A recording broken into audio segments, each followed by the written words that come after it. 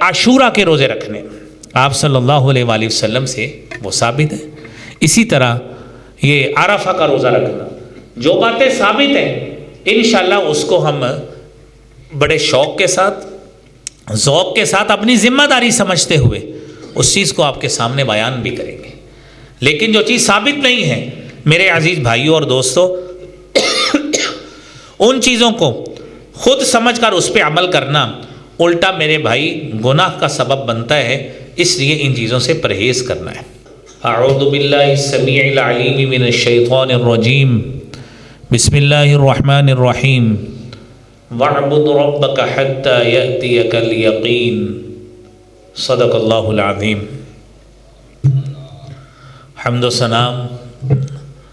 تعریف، کبریائی اور بڑائی اللہ رب العالمین کی ذات کے لیے ہے. درود و سلام امام کائنات، امام المرسلین، شفیع المذنبین، رحمت للعالمین، جناب محمد الرسول اللہ صلی اللہ علیہ وآلہ وسلم کی ذات اقدس پر. حضرات دی وقار، اللہ جل شانہ جل مجدہ الکریم کا لا تعداد شکر اور اس کا ہمارے اوپر فضل ہے کہ اس خالق نے ہمیں آج سید الایام کی عبادت کے لیے مسجد میں جمع فرمایا ہے. جمعہ کا دن سید الایام کہلاتا ہے اور دیگر عبادات کی نسبت، عام دنوں کی نمازوں کی نسبت اس دن میں اللہ رب العالمین نے جمعہ کی عبادت کا اضافہ کیا ہے. اور حدیث نبوی صلی اللہ علیہ وآلہ وسلم کے مطابق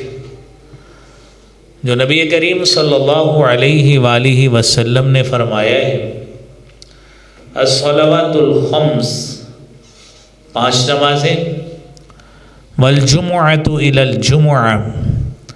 ایک جمعہ سے لے کر دوسرے جمعہ تک، ورمضان الی رمضان، اور ایک رمضان سے لے کر دوسرے رمضان تک، مکفرات لما بینہن واجتنب الکبائر. اللہ رب العالمین کا اتنا بے پناہ فضل ہے، اللہ تعالیٰ اس دوران کیے گئے سارے گناہوں کو معاف فرما دیتے ہیں. کب تک؟ مجتنب الکبائر، جب تک بندہ کبیرہ گناہوں سے بچا رہتا ہے. یہ جو آیت کریمہ آپ نے سماعت فرمائی ہے سورہ حجر کی آخری آیت ہے. رب کائنات اس میں فرماتے ہیں وَاعْبُدْ رَبَّكَ حَتَّى يَأْتِيَكَ الْيَقِينُ. آپ اللہ رب العالمین کی عبادت کرتے رہیے جب تک آپ پر موت طاری نہیں ہو جاتی. حضرات محترم، ایک مومن کی شان یہ ہونی چاہیے، ایک مومن کے معاملات کچھ اس طرح مرتب ہونے چاہیے کہ اس کا دن ہو، اس کی رات ہو، صبح ہو، شام ہو، کوئی لمحہ ایسا نہیں گزرنا چاہیے کہ جس معاملے میں وہ دین کو ترجیح دے کر اس کے مطابق اپنے معمولات زندگی کو کرنے کی کوشش نہیں کرتا. ایک مومن کا یہ فرض بنتا ہے، جب اللہ خالق کائنات نے اس کو عبادت کے لیے پیدا کیا ہے، اس کو یہ فرض بجا لانے کے لیے اس کا ہر معاملہ صبح سے لے کر رات سونے تک، بلکہ رات سونے کے آداب بھی اس میں شامل ہیں کہ اس کو کوشش کرنی چاہیے کہ میں اپنے تمام معاملات کو دین کی اقدار کے مطابق کرنے کی کوشش کروں. اور یہ خالق کائنات کا ہمارے اوپر احسان عظیم ہے کہ ہم اگر یہ کام کر لیتے ہیں اور اپنے معاملات کو اس کے مطابق مرتب کر لیتے، صبح اٹھنے سے لے کر آنکھ کھلنے سے لے کر رات سونے تک ہم اپنی زندگی کو اس کے مطابق مرتب کر لیں تو میرے عزیز دوستوں اور بھائیوں، ہمارا ایک ایک لمحہ جو ہے وہ انشاءاللہ اللہ رب العالمین کے ہاں عبادت میں لکھا جائے گا۔ اور یہ جو آیت کریمہ آپ نے سنی ہے نا، وَاعْبُدْ رَبَّكَ حَتَّى يَأْتِيَكَ الْيَقِينُ، آپ اپنے رب کی اس وقت تک عبادت کرتے رہیے جب تک آپ کے جسم میں جان موجود ہے، عبادت میں مگن رہیے۔ اور اس کا یہ مطلب ہرگز نہیں ہوتا کہ آپ سارا دن مصلی پہ بیٹھ جائیں، نہیں، آپ اٹھیں، آپ کے اٹھنے کی دعائیں وہ ہونی چاہیے، وہ آداب وہ شامل ہونے چاہیے جو جناب محمد الرسول اللہ صلی اللہ علیہ وآلہ وسلم نے سکھائے ہیں۔ آپ نماز پڑھنے گئے، نماز کے بعد کے اذکار وہ ہونے چاہیے جو جناب رسول اقدس صلی اللہ علیہ وآلہ وسلم سے مسنون ہے۔ اس کے بعد میرے بھائیوں، قرآن کریم میں جس طرح ہمیں بتایا گیا کہ لا تنس نصیبک من الدنیا، کہ دنیا سے اپنا حصہ وصول کرنا مت بھولیے، محنت کیجئے، کام کاج کیجئے، اپنے روزگار کے حصول کے لیے نکلیں اور روزگار کے حصول میں اپنی جان ایسی لگائیے اور ایسی اپنی توانائی صرف کیجئے کہ اس میں توانائی صرف کرتے کرتے کہیں نمازوں کو نہ بھول جائیے۔ پھر امانت، دیانت، صدق و وفا، یہ آپ کا شعار ہونا چاہیے اپنے کام میں بھی۔ تو میرے عزیز بھائیو، آپ کا کاروبار کرنا بھی انشاءاللہ عبادت لکھا جائے گا۔ تو گویا ہم ہر لمحے کو عبادت میں تبدیل کر سکتے ہیں۔ آج شعبان کی 8 تاریخ ہے، تو شعبان کے مہینے میں رسالت باب صلی اللہ علیہ وآلہ وسلم کی عبادت کے معمولات کیا ہوتے تھے اور کس طرح آپ صلی اللہ علیہ وآلہ وسلم عبادت کا اہتمام کرتے تھے، یہ مد نظر رکھتے ہوئے، یہ اپنی سوچ میں مد نظر رکھتے ہوئے، معمولات میں مد نظر رکھتے ہوئے کہ ہمیں کچھ دنوں کے بعد اللہ رب العالمین کی طرف سے رحمتوں بھرا اور سعادتوں بھرا مہینہ جو ہے رمضان المبارک، اس کی آمد ہوتی ہے، ہمیں اس کی تیاری کرنی ہے۔ میرے عزیز دوستوں اور بھائیوں، سب سے پہلے آپ شعبان کے مہینے کے حوالے سے تذکرہ سنیے کہ شعبان کے مہینے کو شعبان کیوں کہا جاتا ہے۔ علامہ ابن حجر عسقلانی رحمۃ اللہ علیہ نے فتح الباری کی 4 جلد میں 213 نمبر صفحہ پہ اس بات کا ذکر کیا ہے کہ وَسُمِّيَ شَعْبَانُ لِتَشَعْبِهِمْ فِي طَلَبِ الْمِيَاهِ أَوْ فِي الْغَارَاتِ بَعْدَ أَنْ يَخْرُجَ شَهْرُ رَجَبِ الْحَرَامِ۔ شعبان کو شعبان اس لیے کہا جاتا ہے کہ اہل عرب اس مہینے میں پانی کی تلاش کے لیے ادھر ادھر جایا کرتے تھے تاکہ پانی اکٹھا کر کے اس کو جمع کر لیں، اور پھر یہ مہینہ رجب کے مہینے کے بعد آتا تھا، اور رجب چونکہ حرمت والا مہینہ ہے تو جنگ و جدل کے بعد ادھر ادھر منتشر ہو جاتے تھے، جنگ سے باز آ جاتے تھے۔ یہ 2 وجوہات کی وجہ سے اس کا نام شعبان رکھا گیا ہے۔ میرے عزیز بھائیوں، یہ حقیقت میں یہ مہینہ ایک مومن کے لیے رمضان کی تیاری میں صرف ہونا چاہیے، اور یہ بات مد نظر رکھنی چاہیے کہ نبی کریم صلی اللہ علیہ وآلہ وسلم کا اس میں معمول کیا تھا۔ ام المومنین سید عائشہ صدیقہ رضی اللہ تعالی عنہا حدیث بیان کرتی ہیں، صحیح بخاری کی 1970 نمبر حدیث ہے کہ لم یکن النبی صلی اللہ علیہ وآلہ وسلم یصوم شہرا اکثر من شعبان فإنه كان يصوم شعبان كله، کہ نبی کریم صلی اللہ علیہ وآلہ وسلم کا یہ معمول تھا کہ آپ رمضان کے مہینے کے بعد کثرت کے ساتھ اگر کسی مہینے میں روزے کا اہتمام کرتے تھے تو شعبان کا مہینہ ہوتا تھا۔ اس کی وجہ کیا تھا؟ وجہ یہ ہوتی تھی کہ رسالت مآب صلی اللہ علیہ وآلہ وسلم اپنی طبیعت کو، اپنے مزاج کو اور اپنی جو فزیکل ڈسپوزیشن ہے اس کو رمضان کے مطابق بنانے کے لیے، تاکہ اگر کوئی مزاج میں کچھ تبدیلی پیدا ہوتی ہے کوئی جسمانی تغیر پیدا ہوتا ہے تو اس کو رمضان میں صحیح کر لیا جائے، تاکہ رمضان کے مہینے میں، شعبان میں اس کو صحیح کر لیا جائے، تاکہ رمضان کے مہینے میں پھر عبادت میں کوئی غفلت یا کوتاہی نہ ہو جائے، رمضان کی سعادت سے محروم نہ رہ جائیں۔ اور ام المومنین سیدہ ام سلمہ رضی اللہ تعالی عنہا بیان کرتی ہیں، صحیح مسلم کی 1156 نمبر حدیث ہے، کہتی ہیں سألت عائشہ رضی اللہ تعالی عنہا عن صیام رسول اللہ صلی اللہ علیہ وآلہ وسلم، کہ میں نے ام المومنین سیدہ عائشہ صدیقہ رضی اللہ تعالی عنہا سے سوال کیا رسالت مآب صلی اللہ علیہ وآلہ وسلم کے روزوں کے حوالے سے، تو کہنے لگی کان یصوم، آپ روزے رکھتے، حتی نقول قد صام ویفطر، کہ ہم آپ صلی اللہ علیہ وآلہ وسلم کے روزوں سے کثرت کے ساتھ روزے رکھتے، ہم اندازہ لگاتے کہ آپ نے لگتا ہے ہمیشہ ہی، یعنی سارے کے مہینے کا روزہ ہی رکھا ہوا ہے، اور پھر بسا اوقات رمضان کے یعنی یہ شعبان کے مہینے کے آخر میں آپ صلی اللہ علیہ وآلہ وسلم روزے نہیں رکھتے تھے اور چھوڑ دیتے تھے، حتی نقول قد افطر، ہم سمجھتے تھے کہ آپ نے روزے رکھنے چھوڑ دیے۔ وَلَمْ أَرَهُ صَائِمًا مِّن شَهْرٍ قَطُّ أَكْثَرَ مِن صِيَامِهِ مِن شَعْبَانَ كَانَ يَصُومُ شَعْبَانَ كُلَّهُ كَانَ يَصُومُ شَعْبَانَ إِلَّا قَلِيلًا،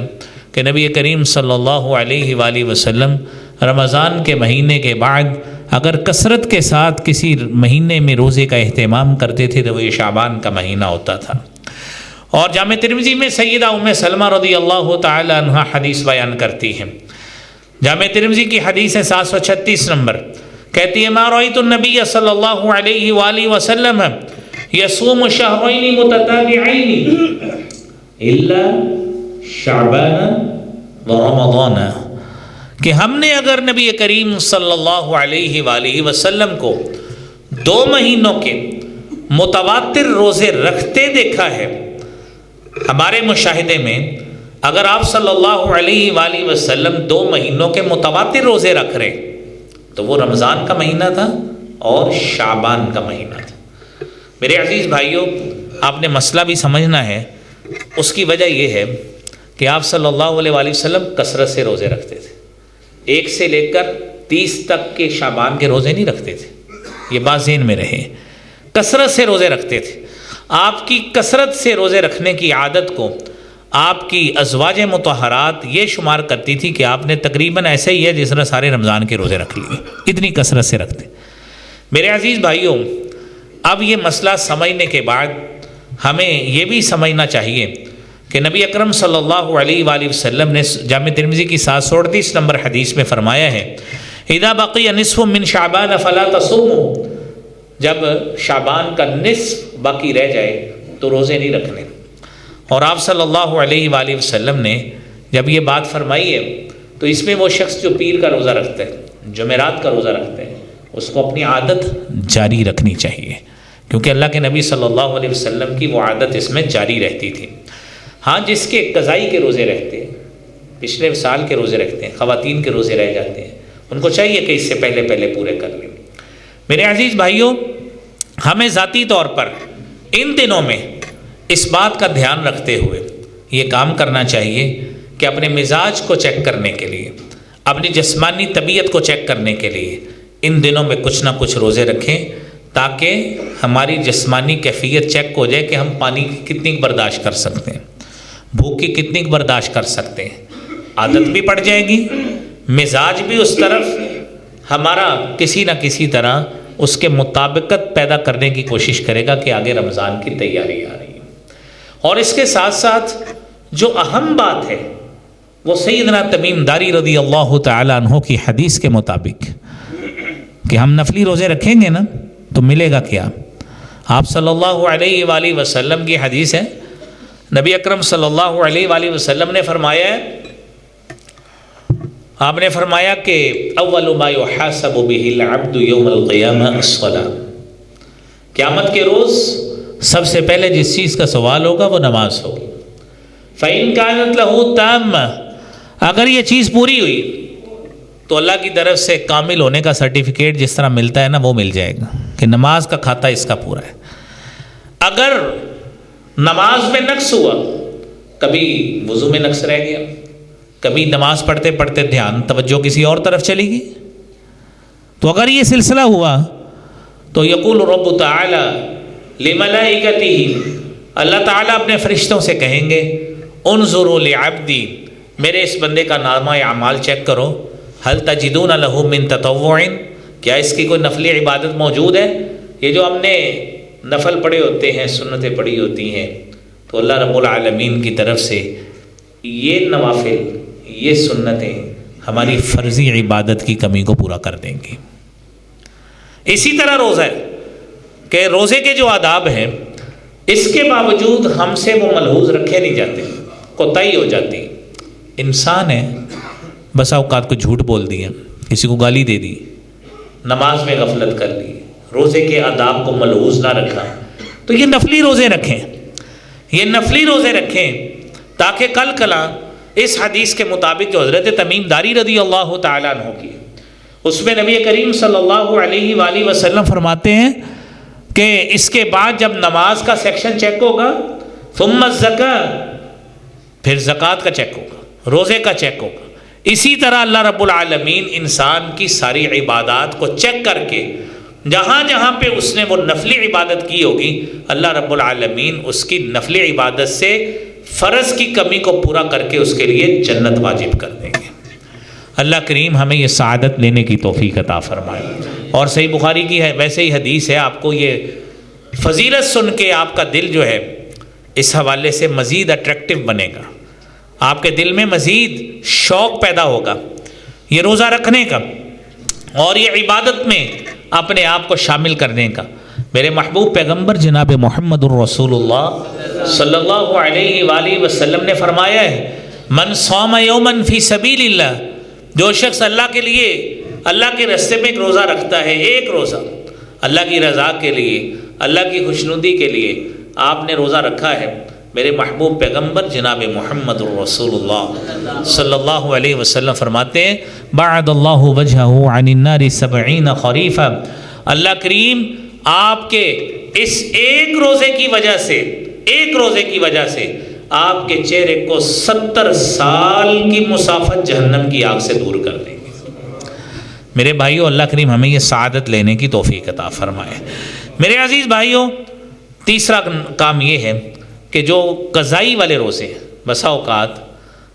یہ مردوں کے روزہ بھی بیماری کی وجہ سے رہ جاتا ہے، کسی سفر کی وجہ سے رہ جاتا ہے، بسا اوقات ایسے ہوتا ہے بندہ سحری نہیں کھا سکا تو وہ سوچتا ہے کہ میں سنت سے محروم رہ گیا ہوں، چلے روزہ رہ گیا ہے، میں اس کی کمی کو بعد میں پورا کر لوں گا، ٹھیک ہے۔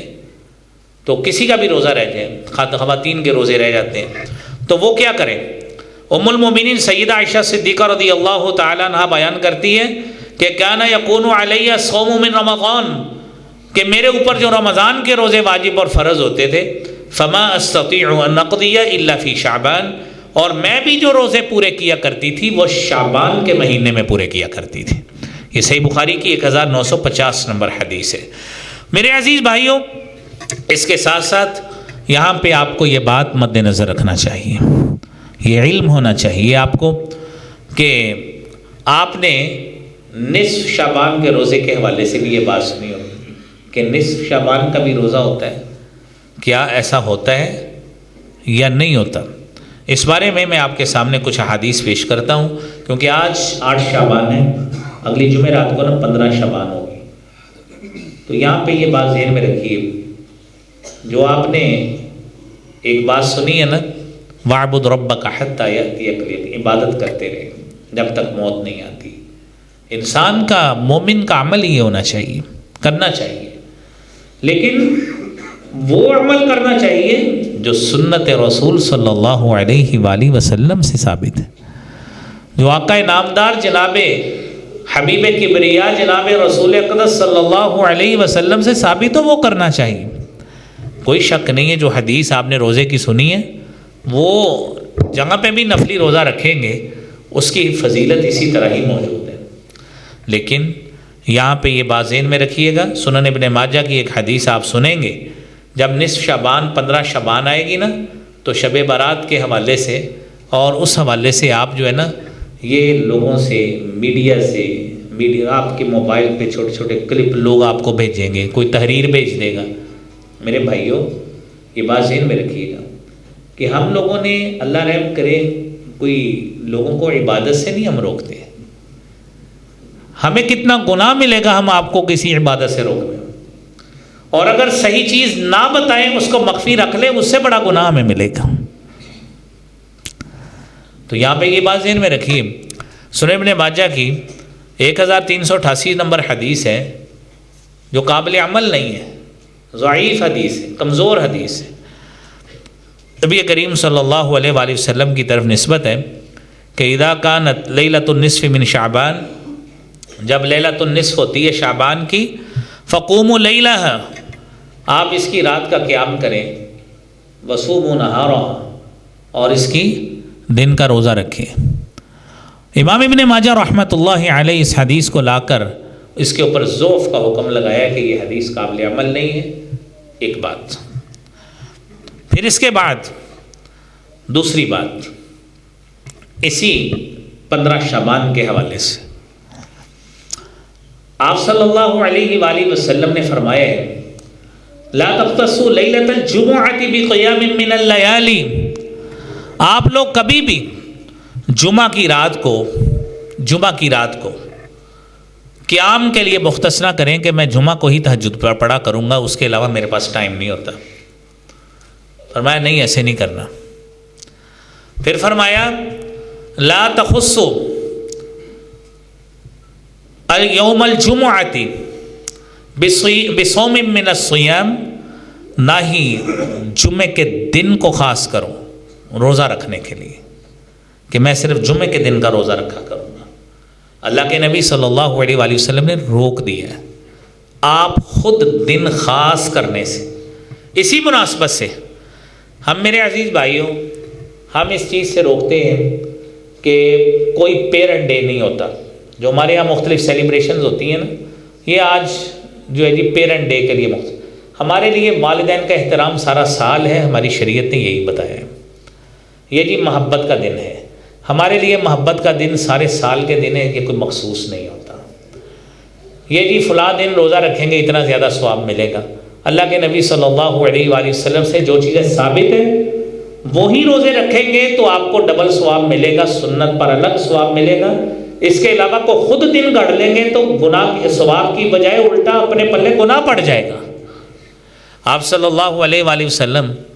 روزہ رکھتے تھے سوموار کا،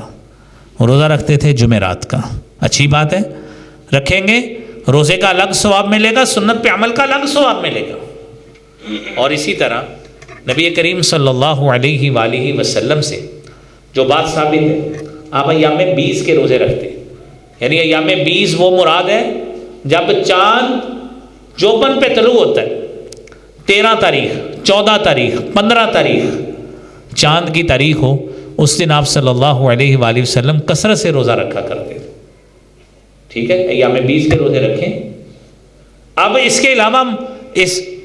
عاشورہ کے روزے رکھنے آپ صلی اللہ علیہ وآلہ وسلم سے وہ ثابت ہے۔ اسی طرح یہ عرفہ کا روزہ رکھنا، جو باتیں ثابت ہیں انشاءاللہ اس کو ہم بڑے شوق کے ساتھ، ذوق کے ساتھ، اپنی ذمہ داری سمجھتے ہوئے اس چیز کو آپ کے سامنے بیان بھی کریں گے۔ لیکن جو چیز ثابت نہیں ہے میرے عزیز بھائیوں اور دوستوں، ان چیزوں کو خود سمجھ کر اس پہ عمل کرنا الٹا میرے بھائی گناہ کا سبب بنتا ہے، اس لیے ان چیزوں سے پرہیز کرنا ہے۔ اور یہ بات ذہن میں رکھنی چاہیے، قرآن کریم میں نا جو لوگوں میں باتیں مشہور ہوتے ہیں اس کے بارے میں یہ بات قرآن کریم کی ایک آیت ہے، جو لوگوں میں باتیں مشہور ہیں جی ہم بھی وہ کام کر لیں، تو اللہ رب العالمین اس حوالے سے بیان کرتے ہیں جو سورہ مومنون کی 100 نمبر آیت ہے، کلا انہا کلمۃ ہوا قائلها ومن ورائهم برزخ الى یوم یبعثون۔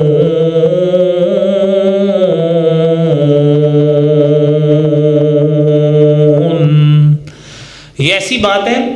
جو لوگ کہتے ہیں، لیکن لوگوں کے کہنے میں کوئی دلیل کسی عمل کی جب نہ ہو تو اس پہ کرنے سے الٹا گناہ ہوا کرتا ہے، ثواب نہیں ہوا کرتا۔ میرے بھائیوں اور دوستوں، اگلی بات ذہن میں رکھیے کہ اسی کے ساتھ ساتھ جو ملتی باتیں ہیں وہ ہے کہ اس دن آپ یہ سنیں گے کہ نبی کریم صلی اللہ علیہ وآلہ وسلم کی سے حدیث ہے کہ جو شعبان کی نصف کی یعنی 15 شعبان کی فضیلت کے حوالے سے، اور وہ حدیث کی سند میں آپ کے سامنے پڑھتا ہوں، جامع ترمذی کی حدیث ہے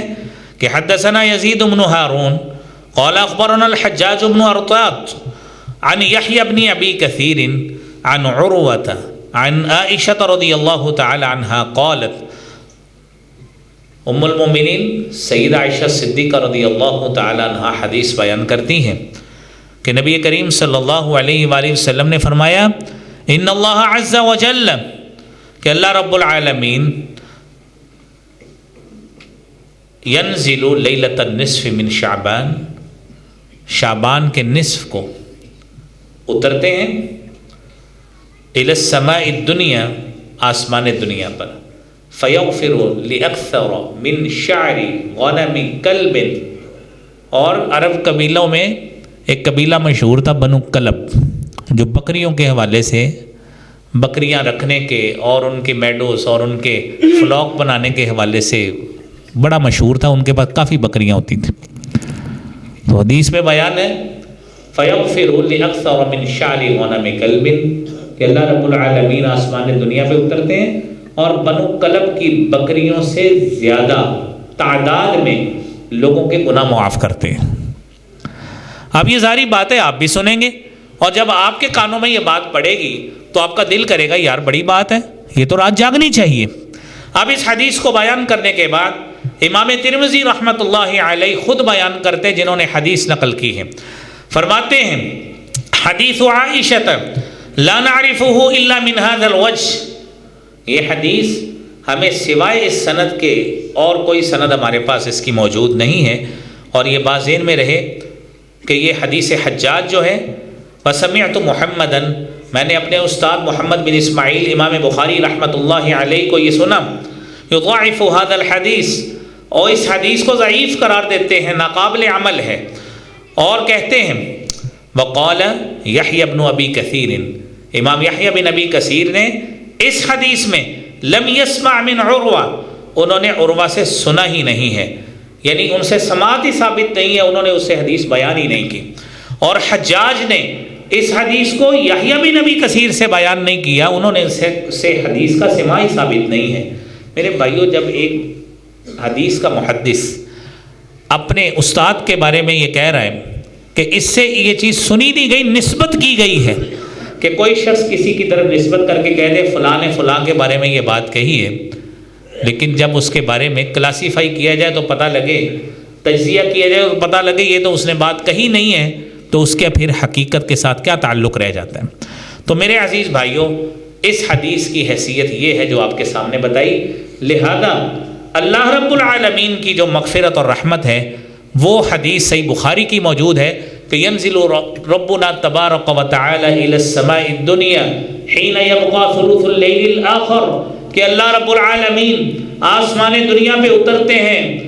کب؟ سنیے حدیث میں، آسمان دنیا پر حین یبقى ثلث اللیل الآخر، جب رات کا تیسرا پہر باقی رہ جاتا ہے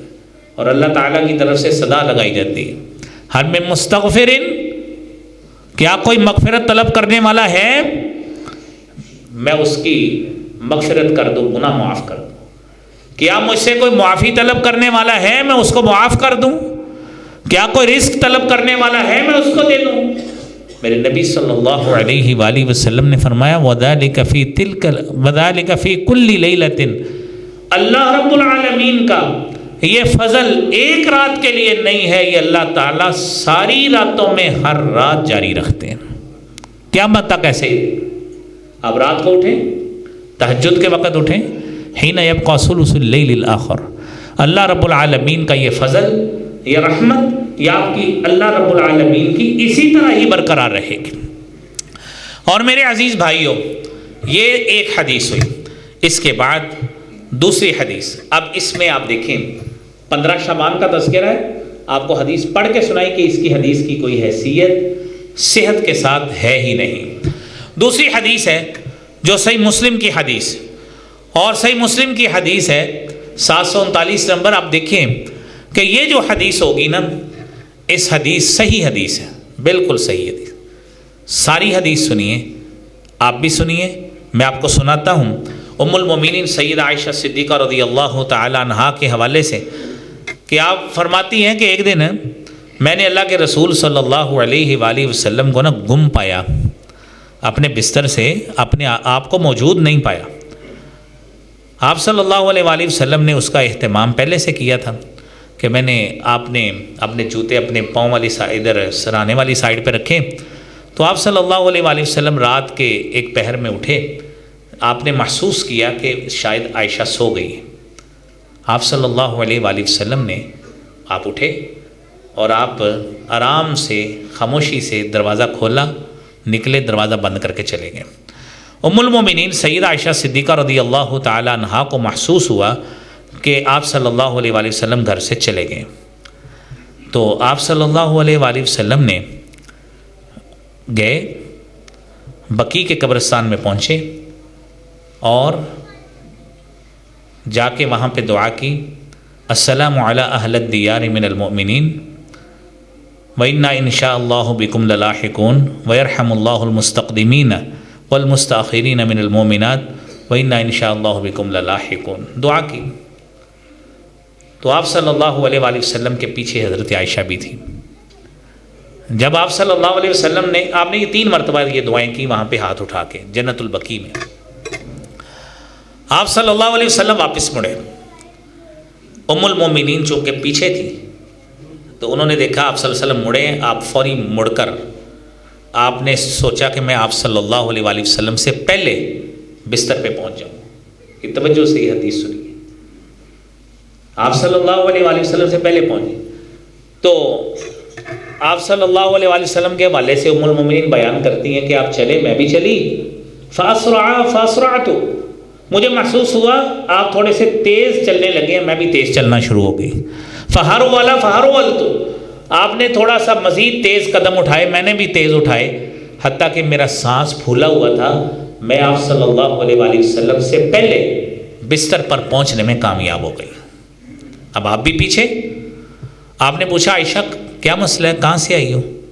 کیا مسئلہ ہے؟ تو کہنے لگی نہیں کچھ مسئلہ نہیں. رسالت مآب صلی اللہ علیہ وآلہ وسلم پوچھتے ہیں، یا عائشہ لتخبرینی، تو مجھے بتائے گی، او لیخبرنی اللطیف الخبیر، یا مجھے وہ ذات اپنی وحی کے ذریعے بتائے جسے لطیف و خبیر کہا جاتا ہے. بتاؤ کیا مسئلہ ہے، کیا ہوا ہے؟ تو حضرت عائشہ رضی اللہ تعالی عنہا نے بتایا کہ میں نے سوچا کہ شاید آپ رات کے اس پہر اٹھ کر کسی اور بیوی کے گھر میں نہ چلے گئے ہو. تو نبی کریم صلی اللہ علیہ وآلہ وسلم نے فرمایا کہ عائشہ کیسے تو نے گمان کر لیا کہ ان یحیف اللہ علیک ورسولہ، کیا اللہ اور اس کے رسول تجھ پہ ظلم کریں گے؟ یہ کیسے ممکن ہے؟ انبیاء خائن نہیں ہوتے. اگر آپ کی باری ہے نا تو میرا جو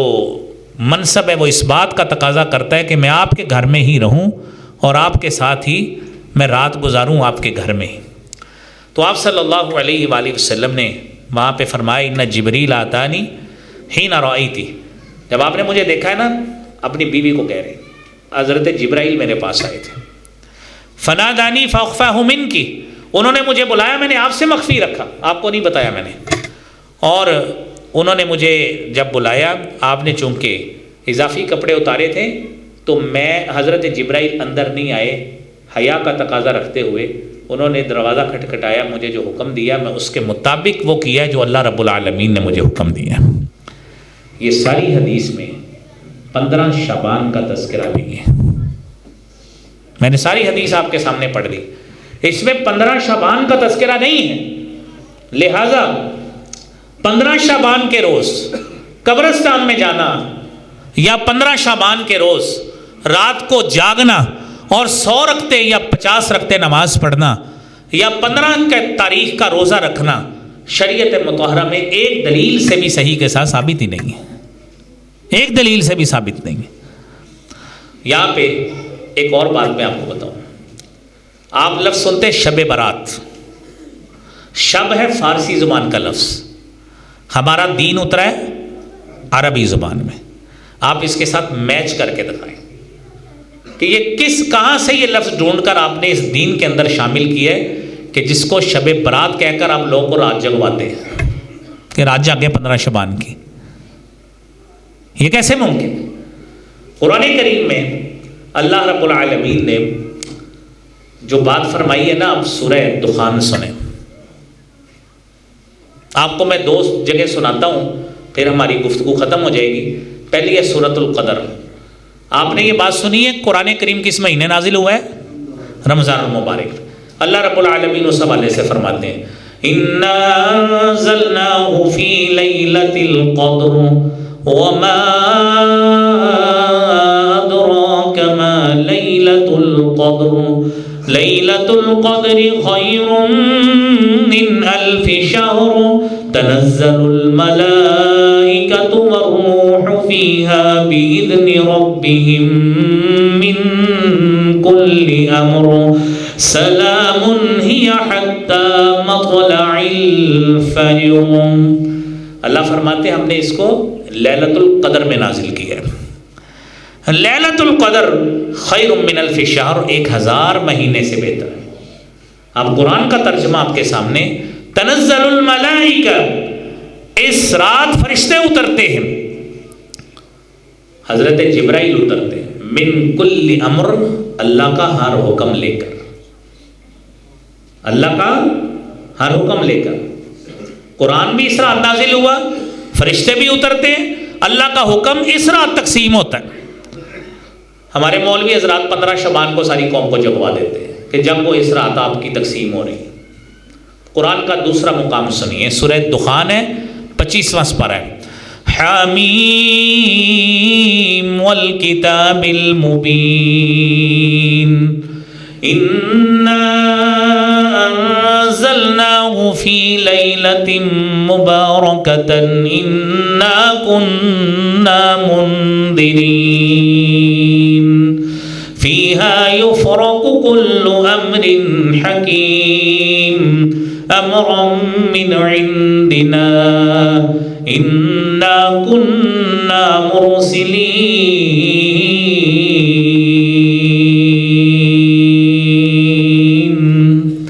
قسم ہے کتاب مبین کی،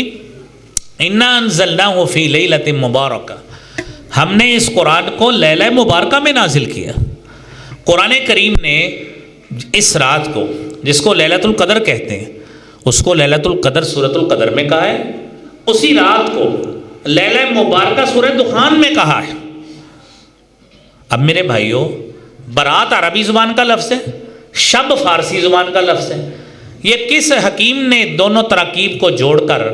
عوام الناس کو 15 شعبان کو جگوا دیا؟ وہ بندہ اب ڈھونڈے جا کے۔ اب مسئلہ ہے صرف کھانے پینے کا، پھر اس رات کو چراغاں کیا جائے، اس رات کو میٹھی ڈشز بنائی جائیں، اور میرے بھائی آپ سارا سال کسی بھی دن لوگوں کو کھلائیں گے، انشاءاللہ اللہ ثواب عطا فرمائیں گے۔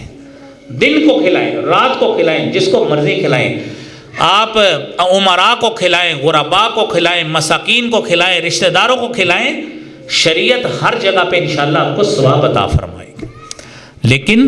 اگر آپ اس کو 15 شعبان کو سنت نبوی کے ساتھ جوڑیں گے، آپ کو یہ جاگنا، یہ سنت نبوی سے جوڑنا الٹا آپ کے لیے وبال جان بن جائے گا، کیونکہ آپ سنت کے ساتھ وہ چیز جوڑ رہے ہیں جو سنت میں ثابت ہی نہیں ہے۔ سورہ دخان کا ترجمہ سنیے کہ قسم ہے کتاب مبین کی، اللہ کہتے ہیں اِنَّا أَنزَلْنَاهُ فِي لَيْلَةٍ مُبَارَكَةٍ، ہم نے اس رات کو ہم نے اس قرآن کو لیلہ مبارکہ میں نازل کیا ہے، فِيهَا يُفْرَقُ كُلُّ أَمْرٍ حَكِيمٍ، جس رات ہر حکمت والا کام تقسیم ہوتا ہے۔ کس رات ہوتا ہے؟ کس رات ہوتا ہے جی؟ لیلۃ القدر کو۔ اچھا، جب لیلۃ القدر ہوتی ہے 21ویں رات، آپ صلی اللہ علیہ وسلم نے فرمایا ہے نا، التمسوا لیلۃ القدر فی عشر الاواخر من رمضان، آپ آخری عشرہ جو رمضان کا ہوتا ہے نا اس میں لیلۃ القدر کو تلاش کریں۔ اس رات لوگ کوئی اعتکاف میں بیٹھا کھانے کھا رہا ہوتا ہے، کہیں جگہ سے ڈیلیں آ رہی ہیں، کئی رات کو پکنک پہ نکلیں، کوئی شاپنگ پہ نکلیں، اور بھائی ان راتوں میں آخری عشرے کی طاق راتوں میں، ان راتوں میں اللہ کا حکمت والا کام تقسیم ہوتا ہے۔ آپ ان راتوں کو جاگنے کی کوشش کریں، اللہ رب العالمین سے اپنے لیے عافیت اور خیر مانگی، اللہ انشاءاللہ عطا فرمائے گا۔ تو میرے عزیز بھائیوں، اللہ کریم مجھے بھی آپ کو بھی ہم سب کو دین کی صحیح سمجھ اور فقاہت نصیب فرمائے، اور شریعت مطہرہ کے صحیح اسلوب اور قوانین کے مطابق زندگی گزارنے کی توفیق عطا فرمائے۔ وآخر دعوانا الحمدللہ رب العالمین۔